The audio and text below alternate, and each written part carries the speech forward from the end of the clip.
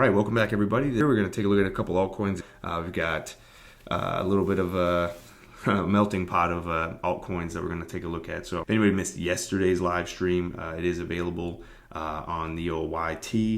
So you can go check that out. It's got, I pretty much dove pretty deep into Bitcoin for maybe 30 minutes straight just in this range alone. So Ethereum, we were stuck pretty much between a rock and a hard place between this 2-year key level and this 1-year key level over the last couple, maybe, since the 10th? So maybe since the last 5 days. We were holding this level pretty hard as well when Bitcoin was holding that point of control. Obviously we've launched from there ever since. Now the thing about ETH that, once again, don't love to see it quite yet, but I'm thinking that we're at a boiling point right here. I know you can probably already see people drawing out the possible inverse head and shoulders coming in here, if that's what you want to look for. If that was the case, I'm just super example right now, right? You'd have a pretty big target up here to like $4,300. I'm not really looking for that necessarily, but that still would be great to have that kind of price action come out of this. But we've got no higher high coming in here out of Ethereum yet, so this still technically a downtrend, but very, very close. If Bitcoin pushes up to that $47,000, you can imagine all these altcoins are going to explode, and ETH really just has to overtake this $3,200. This is the range high right now. You overtake this $3,200 level right here. And essentially there's not much in the way between that and this cluster up here that we've been looking at last few days. Right? And it's about 3850 to 4K. And in this cluster is a quarterly key level, a volume target from December in POC, so the naked point of control that was never back tested here. And then you've got a golden pocket also all stacked within this $150 window. So that, to me, if we see that Bitcoin breakout to the upside, this level is pretty much going to be coming soon. So understanding Bitcoin's price action, understanding ETH is obviously going to lead and trickle down to the remainder of the altcoins. ETH does well, everything does well, right? So that's it's 12:04. I can't sleep. I'm here because your voice is calming. All right, it's my morning voice. Take a look at Litecoin. I know, I'm a Litecoin advocate, not because of any reason aside from I just got it years ago. So not that there's huge fundamentals behind it that I'm on board with or anything of that nature. This is just actually the first project that I got into crypto with in 2017, and I actually held it out through the entire bull run of 2017. Did very well, and I never sold any. And so that was my very first lesson into crypto. But at the end of the day, almost 5 years later, it's pretty much back to almost the all-time highs. And so I doubt it'll ever get back to the price that I bought it at back in 2017, and as far as on the low side. And I guess if it does, then whatever. At this point, it already got like within $20 of it back in the day. So Litecoin, and same thing. Like a lot of these altcoins, especially when we are ranging so heavily like this, and we haven't had much time to rally around, right? So what I mean by that is, you get everything kind of in these consolidation phases, and you start seeing kind of the same pattern for everything, right? Like, we just looked at Ethereum with a possible head and inverse head and shoulders, and this is really sloppy. So I would not consider this that at all. But somebody somewhere is going to, right? You can just whip a trend line through here, and same deal like I just said, right? You can have a possible head, you got to make that last shoulder over there. But I wouldn't necessarily be looking for that from this setup right here. But as you can see, though, I just kind of brought that up because Ethereum kind of has that same, structure at the moment. A lot of the other altcoins actually do. I've actually put up a lot of altcoins last night. We're completing, possible inverse head and shoulders really cleanly. This is not that though. So, but regardless, we came down for Litecoin. And you basically, found support and bounce right from this yearly S1 key level. Monthly open and yearly opens, these are two that you really want to see regained. So the monthly open was pretty much taken back pretty quickly, which was good to see. And for, Litecoin specifically, there's just so much high time frame support and resistance actually because of just how much, it's been, consolidating within the range of 90 to basically where it is, let's just call it 75 to 150 over the last 5 years almost. this is a project that is not, it's just really done nothing compared to some of these others in this run. And to be honest, to me, this is one of the biggest reasons that I still foresee this bull run going on pretty well, possibly into the end of the year, maybe even into the beginning of next year, who knows, right? But, Litecoin, whether or not you see value in it, whatever it is, like, Litecoin and XRP, for example, they are the two altcoins that have been around since the beginning, right? Like if you go back in any chart, anything like that, you go back in coin market cap, go back to 20, like XRP's been on there since 2013 or 14. I'm pretty sure Litecoin has as well, give or take a year or so. But, it's the two of them have been not suppressed necessarily by like manipulation or anything like that, but it's just, they have not broken out. They have not returned all-time highs. Litecoin almost did. And then they have two humongous, just multi-year consolidation patterns that have not broken yet. So I find it hard to believe that they're just going to not move. And I mean, maybe it does go another year or so. Who knows? But I think at some point here very soon, especially XRP, and I'm no XRP army type of guy. Just looking at the chart alone, I mean, I wouldn't have been holding XRP the entire time. But it's going to have its day soon, and I think Litecoin will too. And not just the two of them. You have some really big OG coins that I think are really poised for some big moves at some point. Obviously, the entire market would have to recover, and Bitcoin would have to be pushing up towards that 60K plus again. So we'll see how things kind of turn out. But things like Neo as well. There's a big project there. And a couple others are all in the same boat. That's my ramble here. Sorry. Anyway, so we had the support right here. We wanted to reclaim the monthly open. Did that. Your 6 month. This is nothing special. Basically just a 6 month level of support and resistance. So holding pretty well here as it did here as well. And realistically, right now we're targeting this yearly open. You want to kind of come in. You want to take out. Put in a higher high than right here, so we can kind of look to this as an uptrend as well. But taking out this yearly open and reclaiming that is really where we want to be living above. So get above this 145 and we'd be really starting to look in good shape. From here, we got a bunch of quarterly key levels above us, which become some pretty good targets. And then overall, we got the yearly key level coming in here at about 221. The level we want to get above right now is basically about 145, 146 for Litecoin.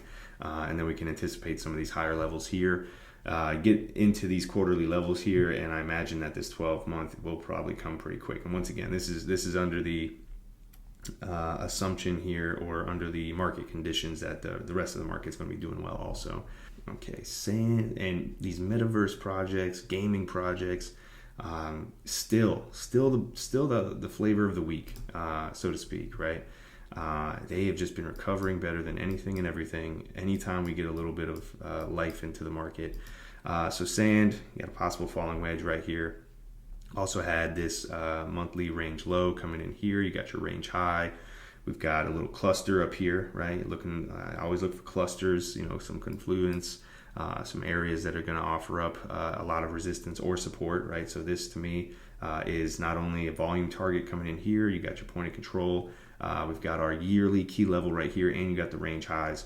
On top of that, if you were looking at this as a falling wedge, essentially this would be your target, would be basically the top of the wedge where it formed.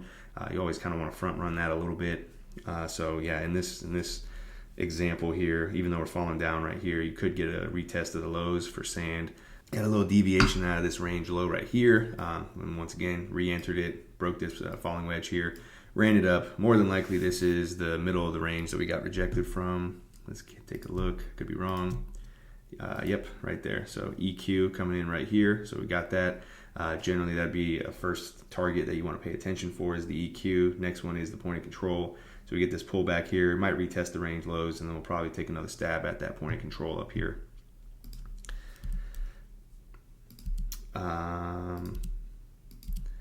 But that's sand, right? Once again, looking at that cluster of price action, cluster of targets, so to speak, up here. We've also got the Q4 from last year range high coming in here, and then we've got a pretty big golden pocket that we're looking for up here. As everything else too, we really want to be living above the yearly open. So this is a pretty big area of interest to me. If we start clearing through some of these here, this is where I'll be looking to regain, and then we'd be looking for some further upside after that. All right, so little request from somebody here. YGG, yeah, I mean pretty much the same market structure as the rest of the market looks like going into this. I'd have to actually build this out a little bit to kind of find where the key levels are, things like that. So that would take me about 30-40 minutes to do. But you know what? I will build this out tonight, and then we can go over a little bit more in depth tomorrow. I will build this one, I promise. I'm going to put that on my list today, and we'll take a look at it. But I mean, as far as just anything else would go, I mean, you got a double bottom probably coming in here. You could look at this,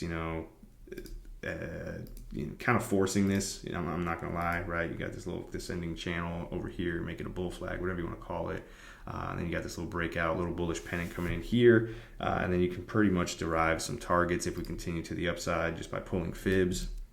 But once again, I do like to now pull up some of these key levels, trying to look for where the point of control is, where the range is, things of that nature. So I'll build this out a little bit better. But you could basically, look towards this 0.618 would probably be the next level I'd be paying attention for, about 420 area, right? That would be kind of breaking this, somebody somewhere probably would make this into a little cup and handle, possibly. I mean, it's a real tough one right here. But yeah, and just in general, like if you're looking at that, descending channel, falling channel, whatever, you could be looking up to this 0.618, and then ultimately up to the 1.618 about 750. But that's just over time, and that's with the market kind of exploding. And then let me see here if I don't even know how big a market cap or even where this is. It's on Binance, so I mean it's okay. It's a mid cap, 300 million dollar market cap. So yeah, that'd be where I'd be looking for there. Well, this was one of those examples, right, that we put in the Discord last night, where we were looking for some of these inverse head and shoulders. So we had this one here, had a super, right, so kind of another meta gaming token as well, available on Binance. Maybe this is NFT as well here. But yeah, looking for this 161 as far as price action goes on this.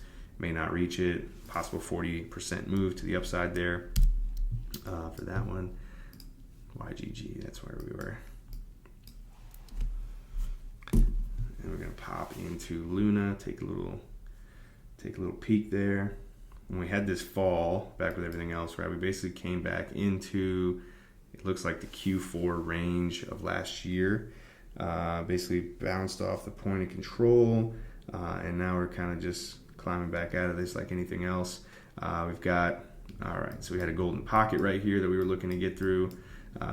Bounced through that. Obviously we held that as support here as well. Taking off from there now. Where's our key levels? We got our S1 right behind. Let me turn these off here, clean you up a little bit. Get that high time frame off there. All right, so this is really what I'd be looking for, on a high level here, right? This is without, swing trading, day trading. Obviously it's, a bumpy road to get to these levels, but these are pretty decent areas to kind of pay attention for over the next, going to the upside here. You come back down, you lose this area, and then you're pretty much looking down. But yeah, so you're talking 56.71 right now. You got a possible double bottom that we're seeing kind of a lineup for a lot of alts too. Like I said, people are going to probably start. You got double bottoms popping up, inverse head and shoulders pretty much all over the place. A lot of bullish patterns you can really pull out of a lot of these. So really have to see how things play out, and if Bitcoin does get that breakout that we've been basically just waiting for, right? We spend literally 80% of our time just waiting. You plan these reactions, you plan your plan, and you just wait to see how it unfolds. Yeah, but for Luna, I'd be looking up to this $63 level next. Where's our opens at here? That yearly open is a big one, right? So living above that yearly open, and we're probably going to challenge right back into this 12-month up here. That's basically the all-time high, and you probably go ahead and make some new all-time highs at that point. So you want to be living above that yearly open at $85. That's real easy, price to kind of keep in mind, is that you want to be living above that $85. So SHIB, I was looking at SHIB. SHIB and SLP. I will touch on those two because I think it's interesting to note how they're sitting right now. I know everybody's kind of interested in SLP, only after that 400% rally from a 99% drop, which was pretty crazy. But if you were to got in brand new, fresh powder at that low, that was a nice run over the last week or so.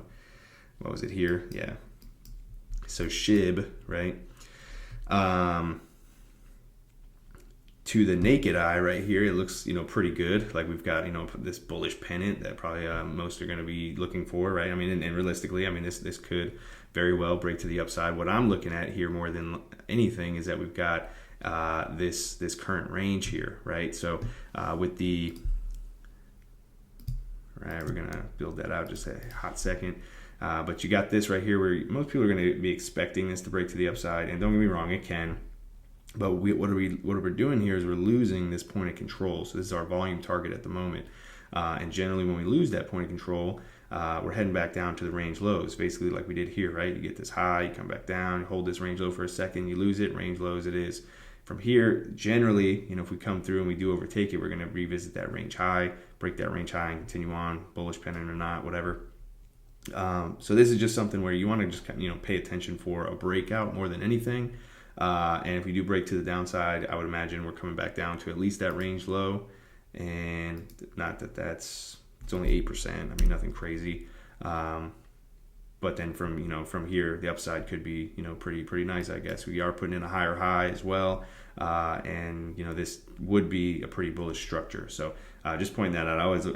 I started to look for these range lows at these levels too, just because you see these break to the downside more than anything, at least at first.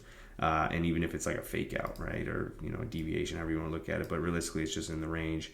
To this pattern, however, it would look like it's going to break to the downside and then just melt down, but you could just see it revisit range low and then take off from here. So that's what I'm looking for on SHIB personally. But if you do take out this point of control, which is pretty much just right above where we are, range highs are pretty inevitable in that aspect, and that's probably about the same, to the upside there, about 8%, 10% move to the upside, probably get everybody pretty excited. Break this range high, and off you go pretty much. SLP, right, pretty much the same deal. A little bit, and we're already breaking so this is a really good example of that, right? So we got the SLP run up, right? Everybody's really excited, pumped about it, 400% almost in a couple of days, and then it's basically printing, you could, the bullish pennant, whatever, but the same structure pretty much that we're looking at for SHIB, and this is what you get a lot of the time. When in reality, you're in this range right here at this point, right? You're creating a new range. This pattern could very well break to the upside, and it would be kind of, held on if you hold this point of control and launch from there. So we were holding the point of control. We were coming into the apex of this pattern as well, and a move generally would come out of this. So now we broke into the downside, and more than likely we're going to revisit these range lows, right? So it's about 20%. This one's a bigger one, bigger drop. So 20%, comes down to here. And then if we do hold that, I imagine we would turn back around, hit that point of control once again for a hot minute, and then you'll probably see a run up to the range high. But this is exactly what I was, outlining possibly to see out of SHIB too, right? You get that break to the downside, even though it looks very bullish, and you want to see that break up. For SHIB, I don't know how much it really rallied. SLP though, just like for me, makes me really nervous in that aspect, just because, like I said, it's just ran so hard. If you weren't in this, and once again, this is a super small cap at that, it's not necessarily. I would find something else personally, but. Could it keep going? Yes, for sure. There's so much room that SLP could make up on, right? Like I said, it fell literally 99% from the high. So very well could be turning around, long-term hold next couple months or whatever. But it's a high risk, right? I wouldn't be putting my whole portfolio here. But yeah, we may come down and see this range low, right? That's what I'd be looking for, this possible 20% drop. And then once again, if you're not looking for that, you'd be looking just for this pattern, and you would just assume that this is breaking low and just going to continue lower. So just kind of gives you a better idea, not a better idea, but just a different idea here, right? And then, like I said, we did post that last night I think it was in the updates. Right there, SLP. So same thing right here, right? Possible keyword bullish pennant for that reason. But regardless, I mean, it still has a lot of upside just in the short term. Depending on your strategy, it might not be the best one. But anybody interested in getting all these altcoin setups, anything like that, like I said, Magic Internet Money and myself, we run the new Leading Crypto Discord. Link is in my bio there. You get altcoin setups from me, get Bitcoin setups, like the craziest Bitcoin, not even setups, Bitcoin updates, right? You will literally know what Bitcoin's every move is from this gentleman right here. And then tonight is actually when we do Wednesday and Sunday night exclusive live streams every Wednesday and Sunday 9:30 p.m. Eastern, where we take about 2 hours and we do it here in Discord. You can ask questions, very interactive, very exclusive to the members only. We've got an academy here as well, where if you are know nothing about trading this market, reading charts, building charts, these will help you to basically step by step walk you through that process. Got about 15 or 20 videos in there right now, adding to it daily. And then our biggest, one of our biggest things that we're going to be adding here, you're not going to find anywhere else, is order flow and open interest, right? So you're probably starting to hear a lot of people start talking about order flow and open interest. Not many know how to use it, utilize it, read it. And we have a specialist in the house, this gentleman, Max. He lives out in Dubai, and he is going to, and not only him, I mean, Magic Internet Money uses it pretty often as well. And I'm not too shabby myself at this point, but kind of brushing up. But yeah, we're going to be introducing this pretty heavily, order flow and open interest, in the next few weeks here. So yeah, it's pretty exciting stuff. Almost 1,000 members in here now. So if you're interested in joining, please click the link in my bio. Aside from that, I think that's all we got. I'm going to build that YGG chart for tomorrow. Let's see. How much is your group? We do have a free portion. And then also today we're running a special where we're offering the rest of this month as like a trial. So no recurring payment, nothing like that. And it's $25 for the rest of this month just to give it a shot. VXV, AVAX, and DOT. All right. So VXV, AVAX, and DOT I'm going to do for tomorrow's video. Okay. So come back for tomorrow. I'll be sure to make some nice charts for these. VXV, AVAX, DOT. Right. Easy enough. That'll be tomorrow's lineup there. I'll have a couple others as well. Thank you all for coming out as always. Hope you all have a great day. Enjoy your, Wednesday? Yep. So we got a couple more days in the week here. So I'll be live again tomorrow, 7:30 a.m. Eastern to 8:30 a.m. And otherwise, anybody that's in the group, I'll see you in there. And if you'd like to join it, like I said, link is in the bio. Until next time, everybody, cheers.